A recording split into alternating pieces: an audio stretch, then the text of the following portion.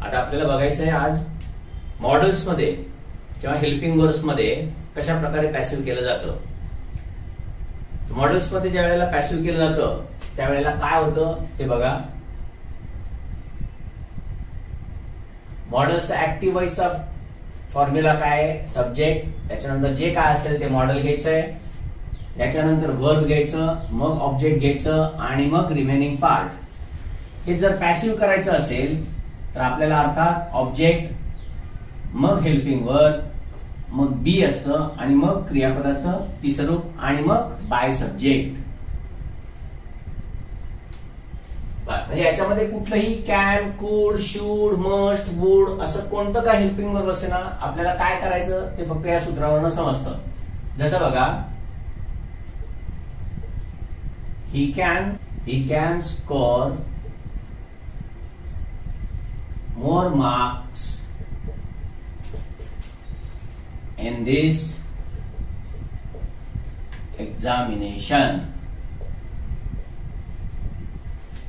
समजायला खूप सोपं आहे. They must keep promises.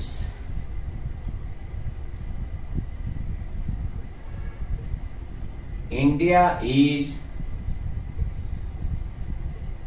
going to win this match.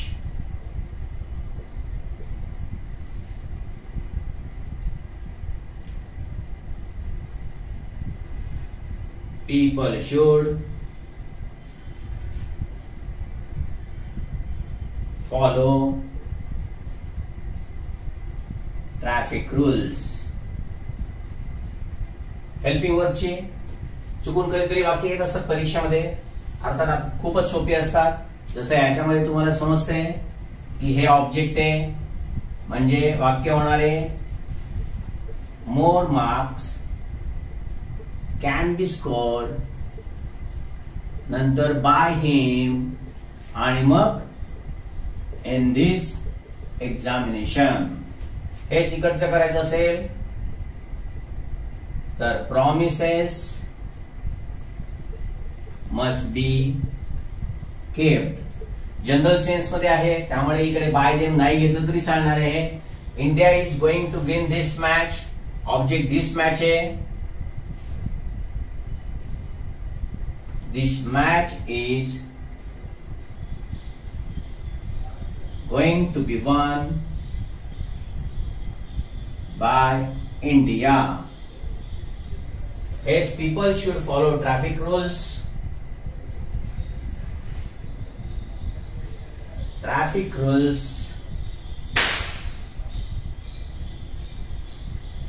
should be followed. तर मित्रांनो, अशा प्रकारे हेल्पिंग वर्ब्स चे ऍक्टिव्ह आणि पॅसिव्ह करणं खूप सोपं आहे. परीक्षेमध्ये फार कमी वेळा येतं. मोस्टली आतापर्यंत येऊन गेलेलं वाक्य आहे ते इकडे शूडचं येऊन गेलेलं आहे. मी मुद्दाम फक्त मस्ट दिलं, एवढाच फक्त फरक आहे. या व्यतिरिक्त अजून काही थोडी वेगवेगळ्या प्रकारची वाक्य असतात. ती वाक्य यापूर्वीच्या लेक्चर मध्ये आपण बघितलेली आहेत की ज्याच्यामध्ये ऍट, टू, इन अशी प्रेपोजिशन्स वापरली जातात.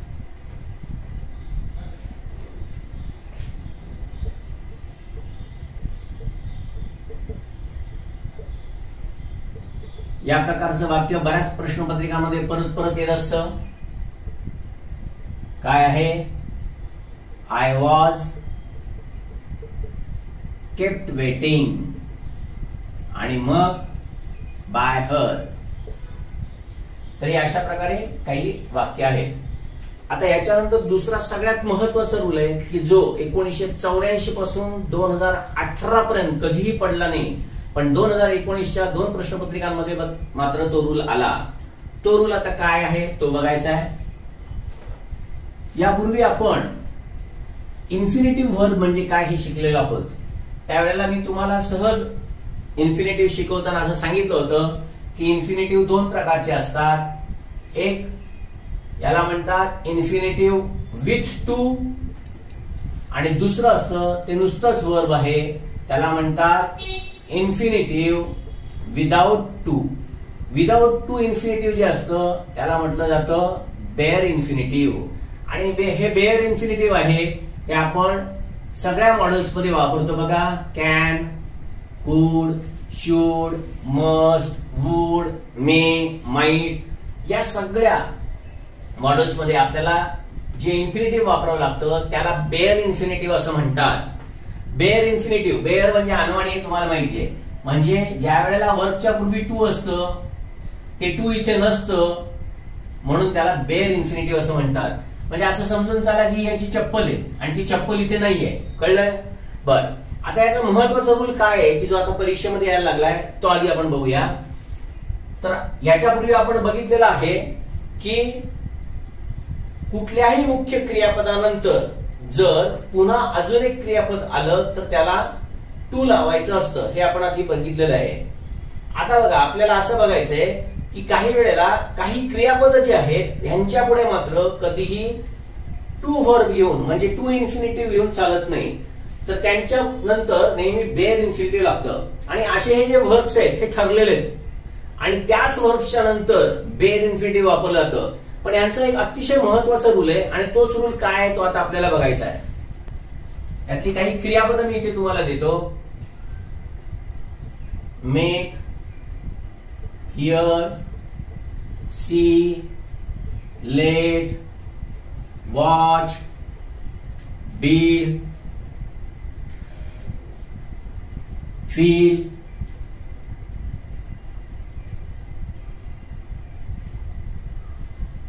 बर, ही जी काही वर्ब्स आहेत ही वर्ब्स जर वाक्यामध्ये असतील तर त्यांच्यानंतर येणारं जे क्रियापद आहे त्याला कधीही टू व्हर्ब न लावता बेअर इन्फिनिटिव्ह व्हर्ब वापरलं जातं.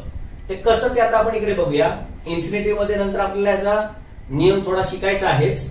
पण आता अलीकडे पॅसिव्ह व्हॉइस मध्ये प्रश्नपत्रिकेमध्ये ह्याच्यावरती प्रश्न पडायला लागलेले आहेत आणि ते प्रश्न ज्या वेळेला असतात त्यावेळी त्याच्यामध्ये गोंधळ होऊ नये म्हणून हे मुद्दामून सांगतोय.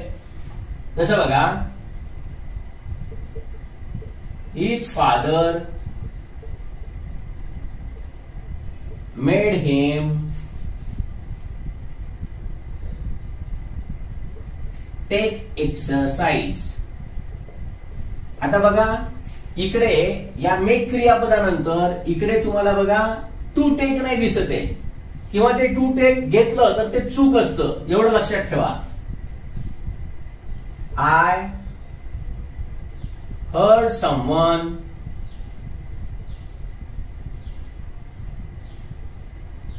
शाउट ऍट मी.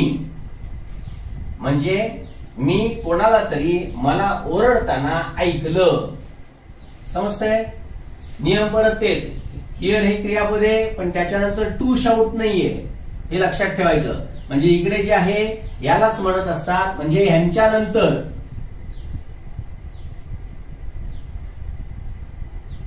जे क्रियापद येते ते नेहमी बेअर इन्फिनिटिव्ह असते हे लक्षात ठेवायचं. यांच्यानंतर क्रियापद जे असतं ते नेहमी बेअर इन्फिनिटिव्ह असतं.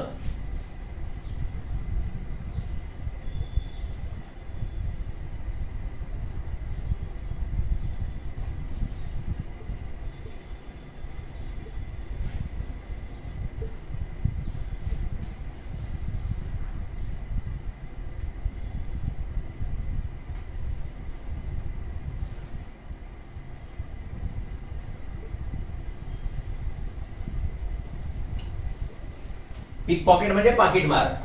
आपल्याला इथे बघायचंय याच्यानंतर येल आहे म्हणजे बेअर इन्फिनिटिव्ह आहे.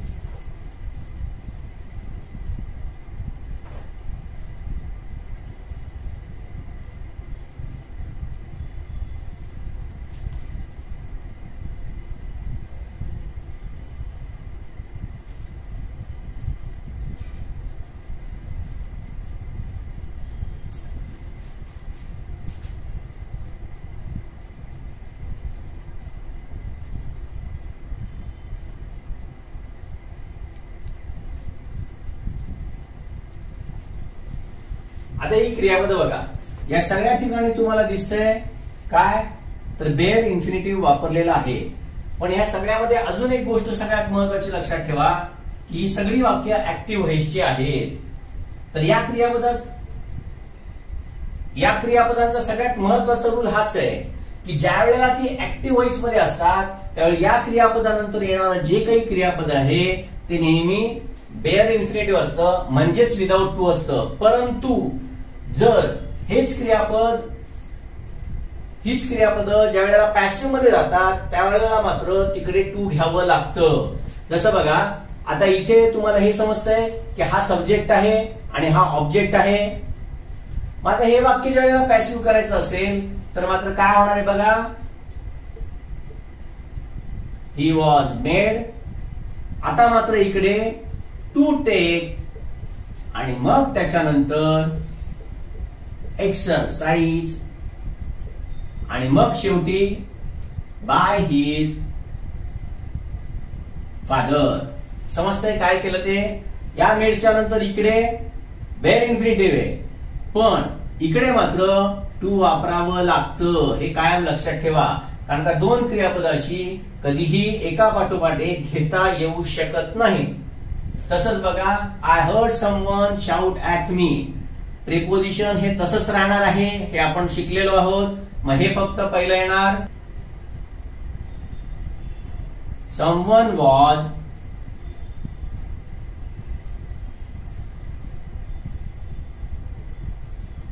हर्ड, पुढे टू शाउट आणि मग ऍट मी. कळतंय? इकडे बेअर इन्फिनिटिव्ह आहे पण इथे मात्र टू लागलेलं आहे. They saw people yell at a pickpocket. परत पीपल हे ऑब्जेक्ट आहे, पीपल वर seen to yell at a pickpocket. बाकी बाय देम. इथे बाय मी घ्यायची गरज नाही कारण का ऍट मी आहे आणि आय दिसतंय त्यामुळे इथे घ्यायची गरज नाही. आता सगळ्यात महत्वाचा रूल आहे तो याचा आहे आणि हे मात्र एकमेव क्रियापद असं आहे की जे कल्प्रिट आहे. कल्प्रिट आहे म्हणजे काय? या सगळ्यांना टू लागतंय. कळतंय का? इथे पण टू लागलं बघा परंतु या क्रियापदाला मात्र टू लागलं जात नाही. उदाहरणार्थ बघा हेच वाक्य जर करायचं असेल, आता हा ऑब्जेक्ट आहे मग इकडे the captain was late. Let क्रियापदाचे तीन रूप सेम राहतात, लेट लेट लेट. इथे हे सिंपल प्रेझेंट नाहीये कारण का एक वचन असलं असतं तर इथे एस लागलं असतं, करता एक वचनात असला असता तर इथे एस लागलं असतं. ज्या अर्थी इथे एस नाहीये त्या अर्थी सिंपल पास्ट मध्ये आहे त्यामुळे द कॅप्टन वॉज लेट आणि आता इथे नुसतंच रेस्ट येणार. Rest, the captain was let rest. मग त्याच्यानंतर बाय द ट्रेनर आणि मग फॉर सम टाइम. मित्रांनो ही अशा प्रकारे याची वाक्य होत असतात. ह्याच्यातलं हे लेट इतकं महत्वाचं आहे की एका परीक्षेमध्ये म्हणजे मला आता एक्झॅक्ट त्याचा सण आठवत नाही पण मला वाटतं 2015 किंवा 16च्या एसटीआय मध्ये करेक्ट आणि इनकरेक्ट सेंटेन्स मध्ये एक सेंटेन्स येऊन गेलं आणि ते सेंटेन्स ज्या वेळेला आलं त्याच वेळेला म्हणजे मी 2016चं उदाहरण देतोय. 16 नंतर 17 आणि 18ला ह्याच्यावरती प्रश्न आला नाही आणि 19ला मात्र याच्यावरती 2 प्रश्न आले. आता जे प्रश्न आलेले आहेत ते या बाकीच्या क्रियापदांवरती आलेले आहेत. कळलं का? परंतु अजून ह्याच्यावरती प्रश्न आलेला नाही. कारण मित्रांनो हे खास करून क्रियापद लक्षात ठेवा. आता ह्याच्यावरती प्रश्न नक्की येऊ शकेल. तर 2016च्या एसटीआय मध्ये का असिस्टंट मध्ये एक असं वाक्य होतं आणि त्याच्यामध्ये असं दिलं होतं let go horses rain. Let go horses rain. आणि हे वाक्य करेक्ट आहे का इनकरेक्ट आहे याच्यासाठी देण्यात आलं होतं. मित्रांनो बघा आपल्याला आतापर्यंत लेटच्या वाक्यांची जी सवय आहे त्या सगळ्या लेटच्या वाक्यामध्ये आपल्याला माहिती आहे की लेटच्या नंतर काय असतं, आधी सब्जेक्ट असतं, जसं लेट मी, आणि मग त्याच्यानंतर गो असतं, बरोबर ना. अगदी लेटस जरी घेतलं तरी सुद्धा बघा, लेटस वॉच अ मूव्ही, म्हणजे सगळ्या वाक्यांमध्ये बघा लेटच्या नंतर तुम्हाला सब्जेक्ट दिसतोय आणि इकडे मात्र लेटच्या नंतर सब्जेक्ट नाही आहे. त्यामुळे इथे फक्त असं वाटतं की हे वाक्य चूक आहे, पण हे वाक्य का चूक नाहीये किंवा हा वाक्याचा कोणता प्रकार आहे हे खास करून लक्षात ठेवा. उदाहरणार्थ मी ज्या वेळेला असं म्हणतो गो देअर, त्यावेळी तुम्हाला माहिती हे आज्ञार्थी आहे. आता इथे जो आपण रूल बघितला काय, की लेट हे ज्या वेळेला क्रियापद म्हणून असतं त्यावेळेला या क्रियापदानंतर सुद्धा येणारं दुसरं क्रियापद आहे हे बेअर इन्फिनिटिव्ह असतं. आणि तेच तुम्हाला इथे पॅसिव्ह मध्ये पण दिसते बघा, की इथे हे क्रियापद आहे आणि याच्यानंतर आलेलं जे दुसरं क्रियापद आहे ह्यांच्यापूर्वी लेटच्या नंतर आलेलं जे दुसरं क्रियापद आहे ह्याच्यापूर्वी मात्र टू वापरलं जात नाही. म्हणजे लेट हे एकमेव क्रियापद असं आहे की जे अपवाद आहे. अजून एक उदाहरण देतो लेटचं, म्हणजे तुम्हाला अजून चांगलं समजेल. बघा, समजा असं म्हटलं the watchman let a stranger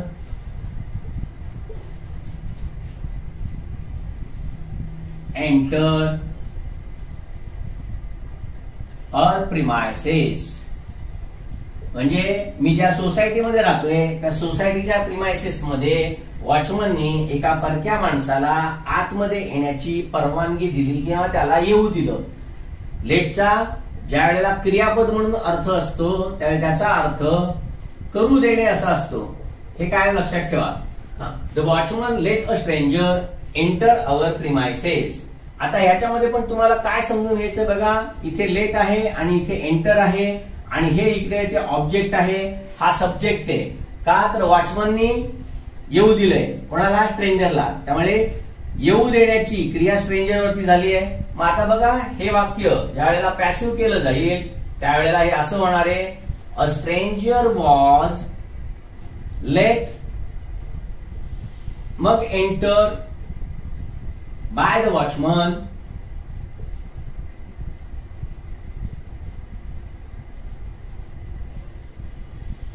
आणि मग अवर प्रिमायसेस. थोडक्यात सांगायचं कशासाठी येते बघा, तर लेटच्या नंतर ज्या वेळेला क्रियापद येतं त्यावेळेला त्याला टू लागत नाही आणि इथे तेच दिलेलं आहे, कळतंय. त्यामुळे लक्षात फक्त एवढंच ठेवायचं की हे जे वाक्य आहे लेट गो हे आज्ञार्थी वाक्य आहे, ज्याला इम्परेटिव्ह सेंटेन्स असं म्हणतात. आणि लेट हे इथे क्रियापद म्हणून आलेलं आहे. याचा अर्थ असा आहे घोड्याचे लगाम सोडून दे, जाऊ दे घोड्याचे लगाम, असा याचा अर्थ आहे. सांगायचं फक्त मित्रांनो एवढंच आहे बघा, 2016च्या परीक्षेमध्ये या क्रियापदांच्या नंतर नेहमी बेअर इन्फिनिटिव्ह लागतं. याचा रूल एकदा येऊन गेला त्याच्यानंतर परत 2 वर्ष आलेला नाही येतो. अर्थात हा दिसणार असेल कोणाला किंवा एखाद्या प्रश्नपत्रिका किंवा एखाद्या पेपर सेटरनी त्याच्याकडे लक्ष दिलं नाही, परंतु नंतर 19 मध्ये मात्र प्रश्न येऊन गेले ते बाकीच्या क्रियापदांचे येऊन गेले, अजून ह्याच्यावरचा येऊन गेलेला नाहीये. आणि मित्रांनो हेच मला म्हणायचं, याला म्हणतात अनालिसिस. कळलं का? हे जे अनालिसिस आहे की आता कुठल्या प्रकारे प्रश्न पडायला लागलेत, पेपर सेटर कोणत्या अंगाने कोणत्या दृष्टीने विचार करतोय आणि प्रश्नपत्रिकेमध्ये पेपर टाकतोय हे समजणं, ह्यालाच अनालिसिस म्हणतात. अर्थात इंग्रजीच्या पेपरच्या बाबतीत तुम्ही असे मागचे कितीही प्रश्न बघितले तरी तुम्हाला असं अनालिसिस करता येणं थोडं अशक्य आहे. पण मी ज्या वेळेला प्रश्नपत्रिका बघतो त्यावेळी मला जाणवायला लागतं की हा आता ह्याच्यानंतर यांचा पुढचा नियम असेल तो इथे असेल. म्हणून मित्रांनो मला अजूनही आठवतंय 2 वर्षापासून मी हा नियम माझ्या बॅच मध्ये शिकवतोय की लेटच्या नंतर येणारा क्रियापद का, कारण का एकदा येऊन गेलाय म्हणजे आता तो पुन्हा कधी ना कधी तरी येईल. इकडे फक्त तो उपेक्षित राहिला, इथे समजलं पण नाही की बाबा हे वाक्य चूक आहे का बरोबर आहे. अर्थात माझे एक पुस्तक आहे स्पष्टीकरण विश्लेषण, त्याच्यामध्ये मी हे दिलेलं आहे. सांगायचं फक्त एवढंच आहे की आता हे नवीन नवीन रूल्स येणार आहेत, त्यामुळे त्यातला हा रूल आहे अत्यंत महत्वाचा आहे आणि तो लक्षात ठेवा. फक्त लेटलाच ऍक्टिव्ह असू दे किंवा पॅसिव्ह असू दे, कोणतंही वाक्य असू दे, यांच्यानंतर नेहमी बेअर इन्फिनिटिव्हच लागतं. बेअर इन्फिनिटिव्ह म्हणजेच काय, तर वर्ब विदाउट टू. एवढं फक्त समजून घ्या. हा झाला या इन्फिनिटिव्हचा रूल. मॉडेल झाल्यानंतर हे सगळ्यात महत्वाचं. आता ह्याच्या पुढचा रूल आहे तो काय आहे तो आपण बघू. लेट हे हेल्पिंग वर्ब जर असेल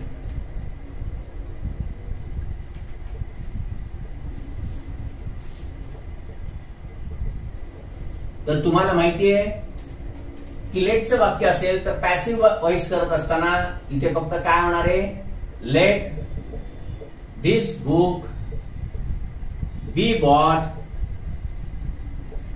आणि मग नंतर बाय हिम. एक अजून दिलं, let the government take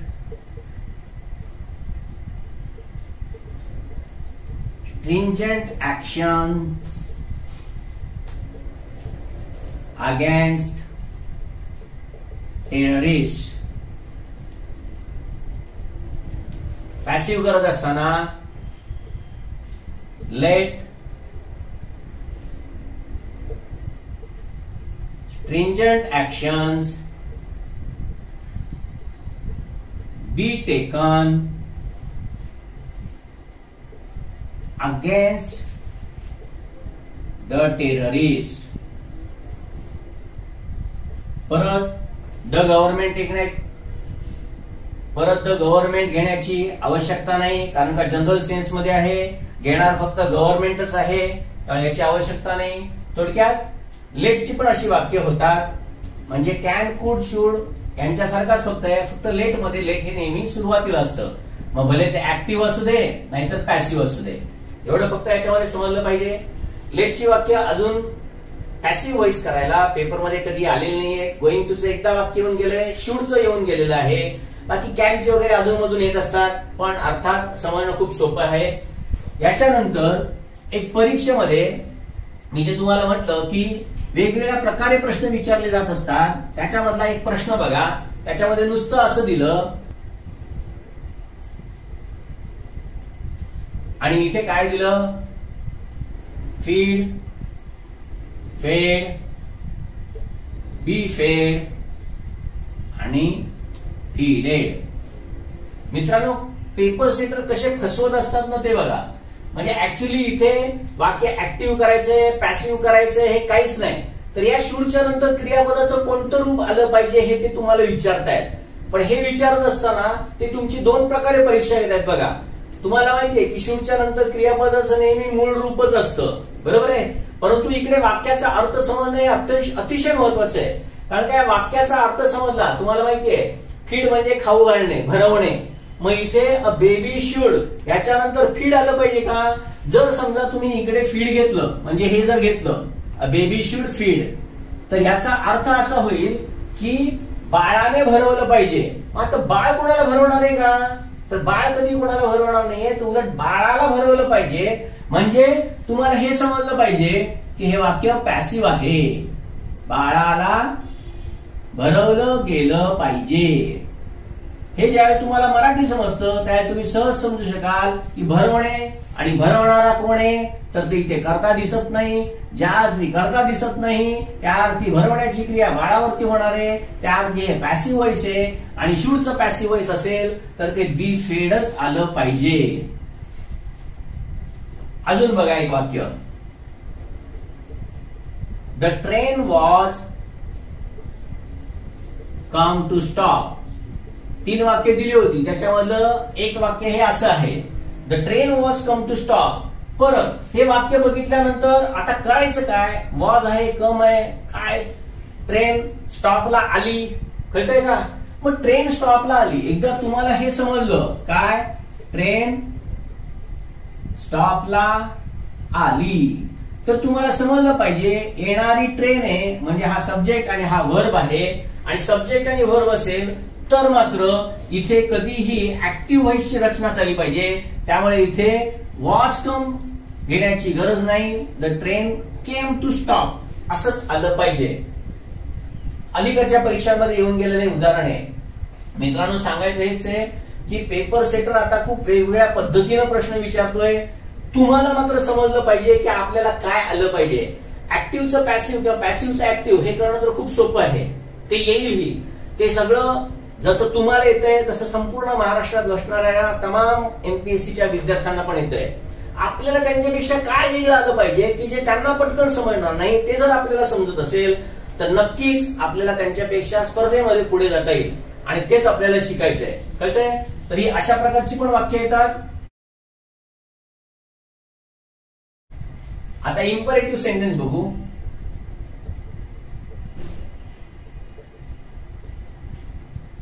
imperative sentence म्हणजे आज्ञार्थी वाक्य. आता ही आज्ञार्थी वाक्य ही दोन प्रकारची असतात. एक असतं ते विथ ऑब्जेक्ट असतं आणि एक असतं ते विदाउट ऑब्जेक्ट असतं. दोन्ही पण वाक्य आपण आता बघूया. With ऑब्जेक्टची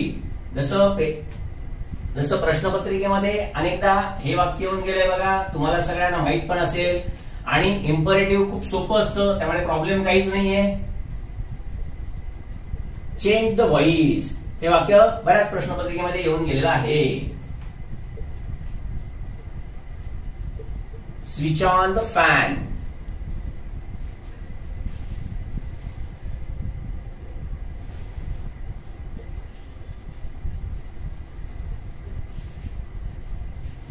bring me a cup of coffee.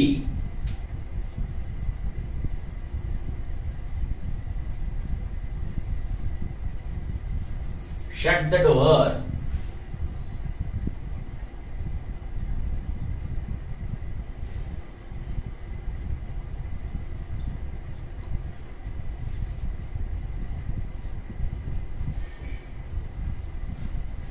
Right an essay. एक सगळ्यांच्या नंतर काय बघा, ऑब्जेक्ट तुम्हाला दिसतोय. इकडे पण आहे, इकडे पण आहे, इकडे पण आहे, इकडे पण आहे, इकडे पण आहे. पुढचं विदाउट ऑब्जेक्टची जी आहेत वाक्य ती बघा.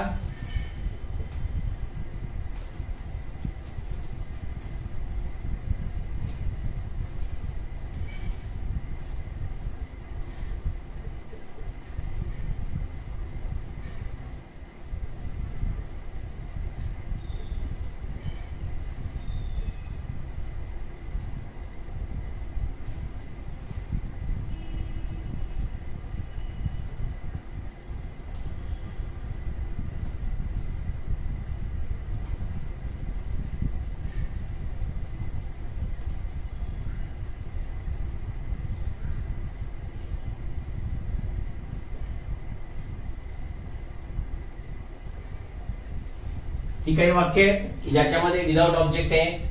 मित्रांनो, आता नियम काय हे तुम्हाला माहिती आहे की ज्या वेळेला ऑब्जेक्ट ज्या वेळेला आज्ञार्थी वाक्यामध्ये असतो त्यावेळेला आपण आज्ञार्थी वाक्य हे लेटनी करत असतो.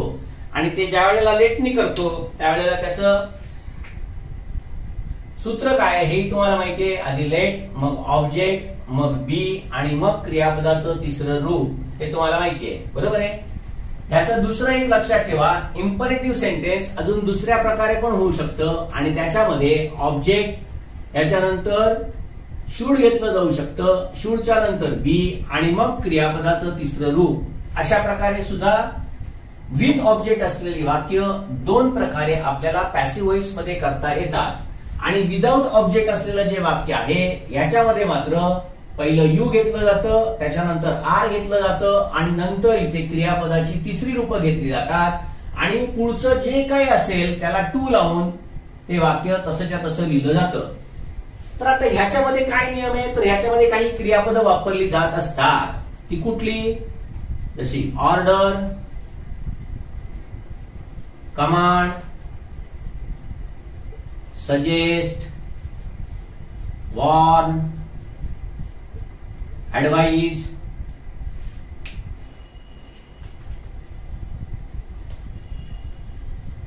रिक्वेस्ट.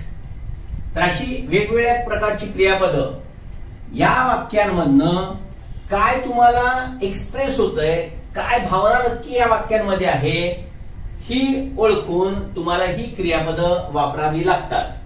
तर ते जे आहे हे क्रियापद म्हणजे हे जे वर्ब 3 आहे बरोबर आहे.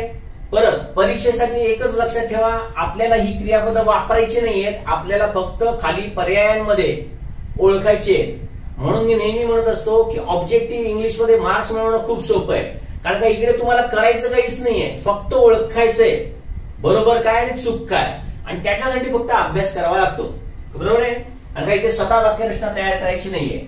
आता इथलं जे वाक्य आहे हे अर्थातच ह्यानी होईल काय, let the voice B change.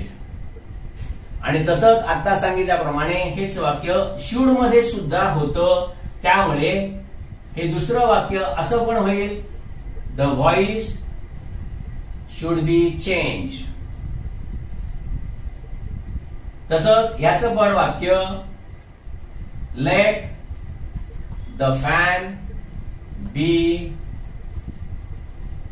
Switched on, किंवा शुड प्रमाणे the fan should be switched on. Bring me a cup of coffee. Late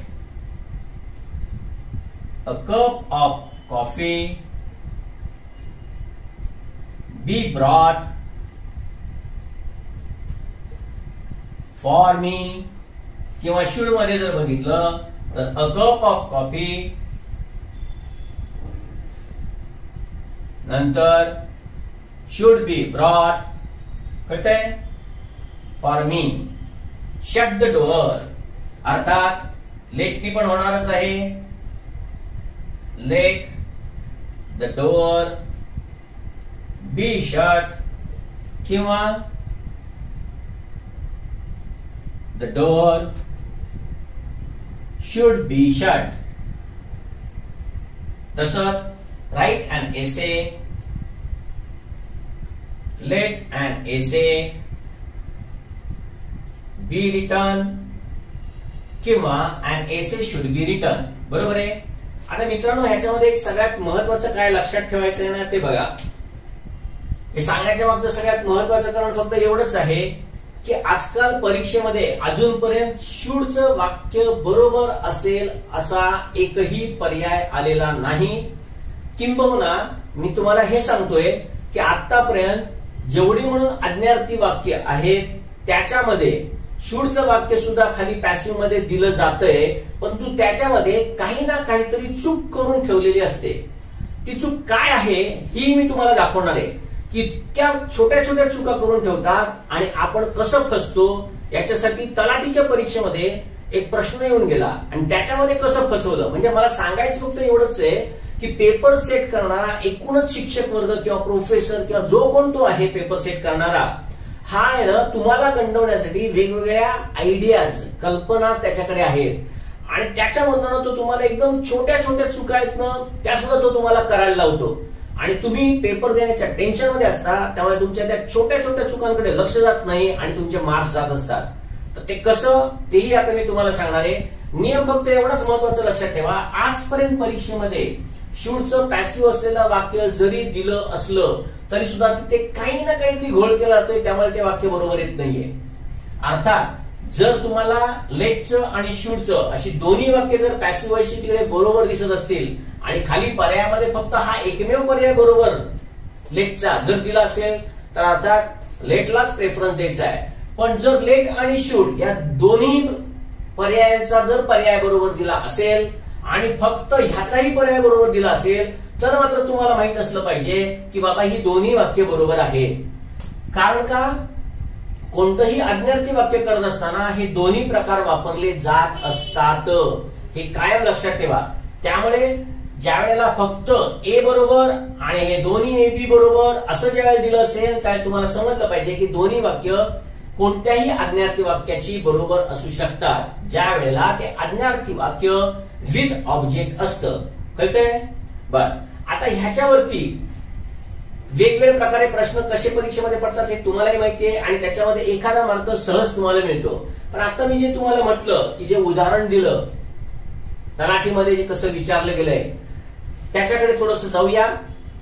ते जाण्याच्या अगोदर हे पण एकदा बघूया की काय आहे ते. जसं विदाउट ऑब्जेक्ट ज्या वेळेला इम्परेटिव्ह सेंटेन्स असतात त्यावेळेला अर्थातच तुम्हाला ही क्रियापद घ्यायची असतात आणि इथे यू आर नी सुरुवात करावी लागते. जसं पहिल्या वाक्यामध्ये आज्ञा दिसते म्हणून मी इकडे असं म्हणेन you are ordered to go आणि मग देअर. मग तसंच याही वाक्याचं होणार आहे. आता इकडे मात्र तुम्ही सजेस्ट पण घेऊ शकता किंवा ऍडवाइस पण घेऊ शकता. त्यामुळे कारण का सावधपणे चाल. जर परीक्षेमध्ये वॉर्न दिलं असेल ठीक आहे, वॉर्न बरोबर येईल म्हणजे ताकीद दिले की बाबा सांभाळून चाल. म्हणजे यू आर, आता इकडे मी ऍडवाइस किंवा सजेस्टेड काही घेतलं तरी चालणार आहे आता सांगितल्याप्रमाणे. तर टू वॉक कॉशियसली, इकडे पण यू आर सजेस्टेड किंवा ऍडवाइज आणि मग त्याच्यानंतर टू राईट लेजिबली. इथे मात्र मुद्दामून मी डोंट दिलाय, याच्याकडे खास करून लक्षात ठेवा. होईल काय माहिती का, तुम्हाला इकडे असं दिलं जाईल की you are not warned to shout here. असं केलं तर मित्रांनो वाक्याचा पूर्ण अर्थच बदली होईल. त्यामुळे इथे काय पाहिजे, यू आर वॉर्न आणि डोंट आहे त्याचं फक्त काय करावं लागेल, नॉट टू शाउट हिअर. तर अशा प्रकारे ही वाक्य होत असतात. अजून काही वाक्य बघा. हेच वाक्य जर तुम्हाला असं दिलं गेलं, प्लीज हेल्प मी, तर हे वाक्य तुम्हाला कधी लेट मध्ये करून चालणार नाही. इथे प्लीज आहे त्यामुळे यू आर रिक्वेस्टेड, त्याच्यानंतर टू आणि मग काय क्रियापद आहे ते घेऊन टू हेल्प मी. अशा प्रकारे वाक्य होतात. परंतु स्पर्धा परीक्षेमध्ये आता एक नवीन ट्रेंड चालू झालेला आहे आणि तो ट्रेंड काय आहे तेही तुम्हाला सांगतो. एक उदाहरण बघा. समजा असं वाक्य दिलं, क्लोज युअर बुक्स. तर परीक्षक आता काय करतोय ते बघा. परीक्षक हे वाक्य असं पण देतोय, you are ordered to close your books. नंतर हेच असं पण देतोय, let your books be close.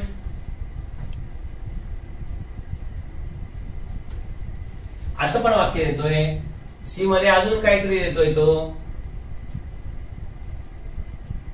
Your books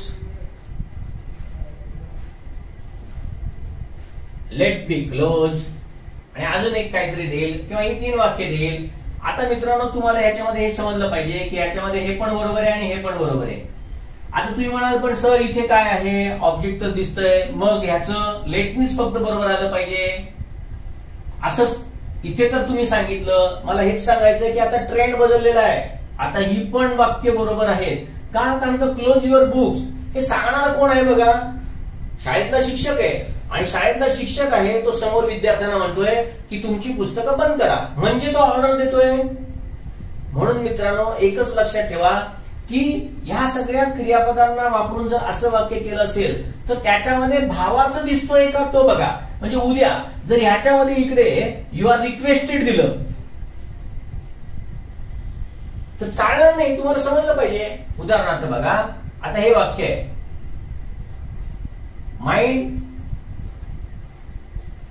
mind your टंग. आता माइंड युअर टंग हे आपण काय करत असतो, समोरचा एखादा ज्या वेळेला वाटेल तसं बोलत असतो त्यावेळेला आपण त्याला म्हणत असतो माइंड युअर टंग, म्हणजे तुझ्या जिभेवर ताबा ठेव. मग आता इकडे काय असं करणार का, let your tongue be minded.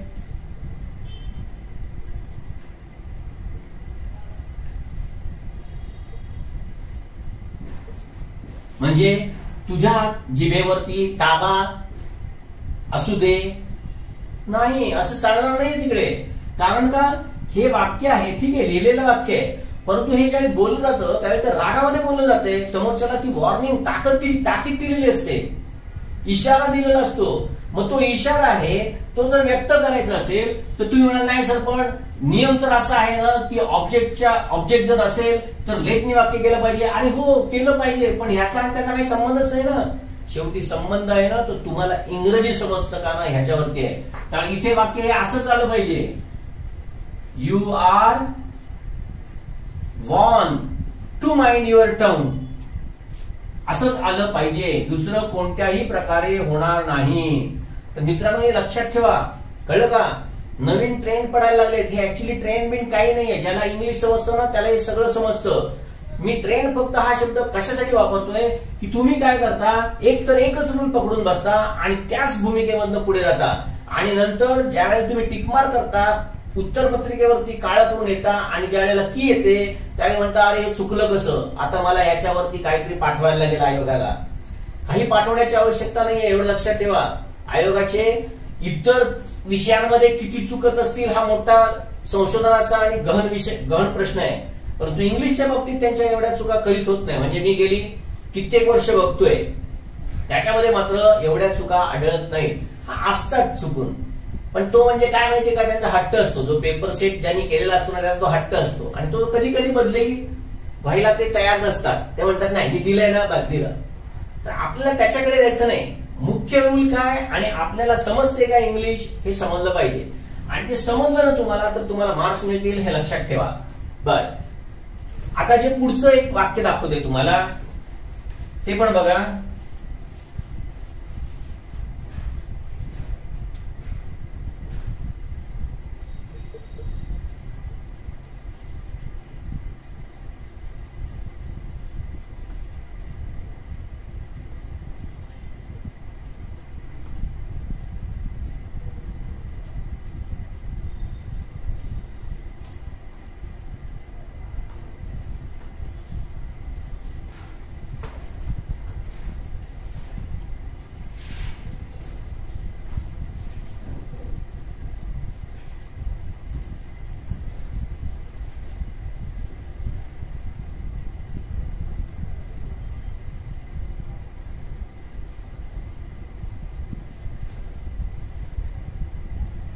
आणि याला ए बी सी आणि डी असं दिलं, या एबीसी दिलं आणि जर याच्यामध्ये तुम्हाला दिलं ए आणि बी बरोबर, बी आणि सी बरोबर, ओनली ए बरोबर आणि ओनली सी बरोबर. बघा मित्रांनो तुम्ही काय करणार बघा, shut the door, let door be shut, let वापरलेला आहे. तुम्ही काय म्हणणार, ओके बरोबर, the door should be shutted. माहितीये शटचं तिसरं रूप होत नाही, म्हणजे तुम्ही हे चूक देणार, म्हणजे हे बरोबर केलं हे चूक दिलं आणि you are told to shut the door. काहीच हरकत नाही, इकडे काय हेच वापरलं पाहिजे असं काय नाही. हा म्हणजे तुला सांगितलं जातं की बाबा दरवाजा बंद कर, म्हणजे हेही तुम्हाला समजा बरोबर वाटलं. मग तुम्ही आता काय करणार, ए आणि सी. मग आता ते कुठे दिसतंय का बघणार,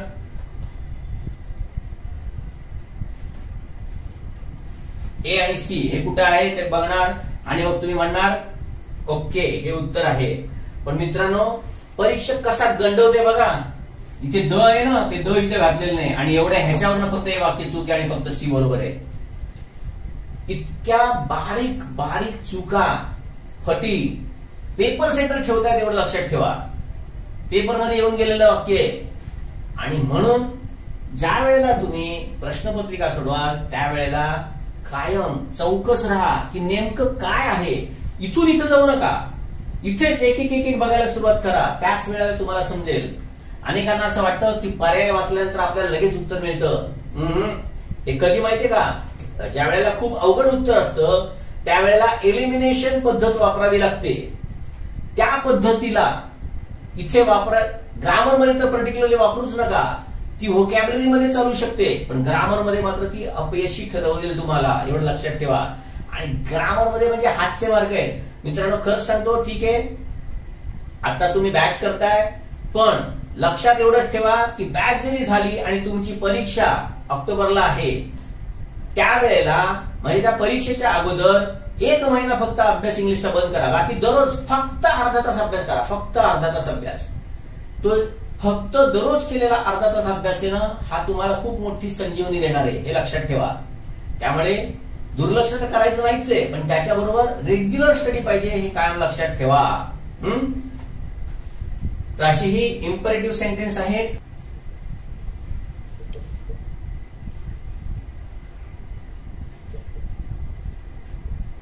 निगेटिव्हचं वाक्य बघू थोडंसं.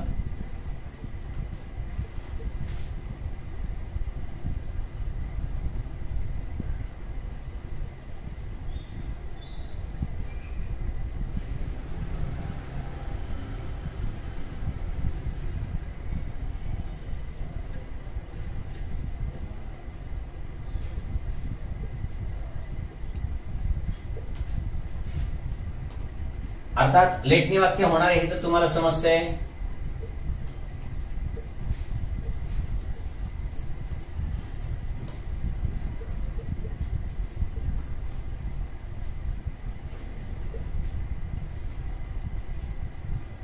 ऍक्सेप्टेड म्हणजे स्वीकारली गेलेली ही पद्धत आहे. नॉटची जागा बघा फक्त, कळलं का? Let others not be cheated चालतं, पण मी याच्या पलीकडे जाऊन तुम्हाला याचा फक्त एकच नियम सांगतोय की ज्या वेळेला तुम्हाला निगेटिव्ह वाक्य दिसेल त्यावेळी याच्यानंतर इथे नॉट आलं पाहिजे. Let not others be cheated.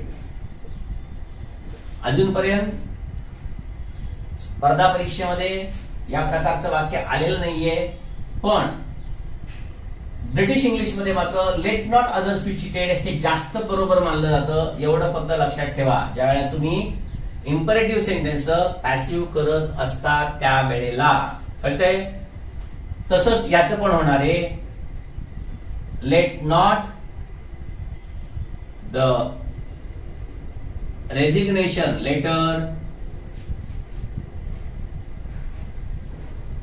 B sent असं होतं. परत जर असं दिलं तर अर्थात मी सांगितलं ना ऍक्सेप्टेड आहे, हे फक्त सांगून ठेवलं, ते कन्फ्युज करण्यासाठी म्हणून नाही. तर उद्या समजा तुम्हाला हे असं वाक्य दिलं लेटच्या नंतर नॉट, नाही हे तर ऑब्जेक्टच्या नंतर आलं पाहिजे, चूक असं मानून नका, एवढंच फक्त सांगायचंय. कळतंय? यासाठी फक्त ही 2 वाक्य दाखवली.